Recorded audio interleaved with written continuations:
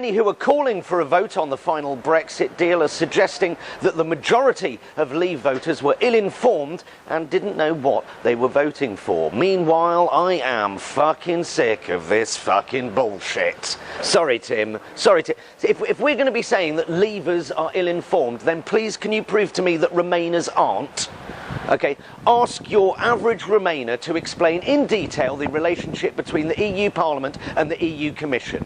How does that work? Yeah, I'll tell you how it works. Badly and undemocratically. Okay, I am a Remainer, but I am fucking sick of this assumption that all Leave voters are thick and ill-informed and probably more than just a little bit racist. It's too fucking easy to say that more people voted differently to me because they didn't know what the fuck they were talking about than it is to admit to ourselves that we lost the debate because we weren't persuasive enough. Okay, maybe we lost the debate because we spent most of the debate calling anyone that was thinking of voting Leave fucking stupid. I mean, it is possible to vote on a broad principle without knowing all the information. Okay? I don't need all the ins and outs of Philip Hammond's fiscal policy to know he's a fucking weasel. Most people vote on principle, and rarely because of what it says on the side of a bus, or because of Russian bots, or the colour of their fucking passport. The Ashcroft poll showed that the #1 reason, way above immigration, why people voted Leave was because they believed that the laws that govern this country should be made in this country. They voted on a principle of sovereignty that doesn't require a nuanced knowledge of how Brussels implements legislation. Most people voted Remain in the belief that we would be economically more secure. That was the belief, which is a fucking good reason to vote Remain, which is the reason that I voted to Remain.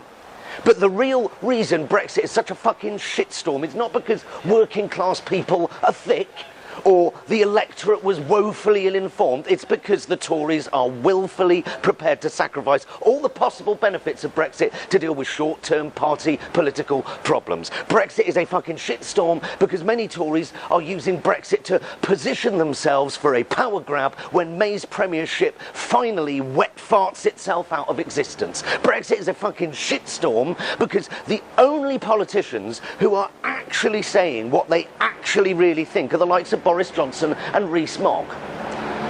Now, I hate Rees-Mogg, but he says what he thinks. I don't like what he thinks, but at least I know what he thinks.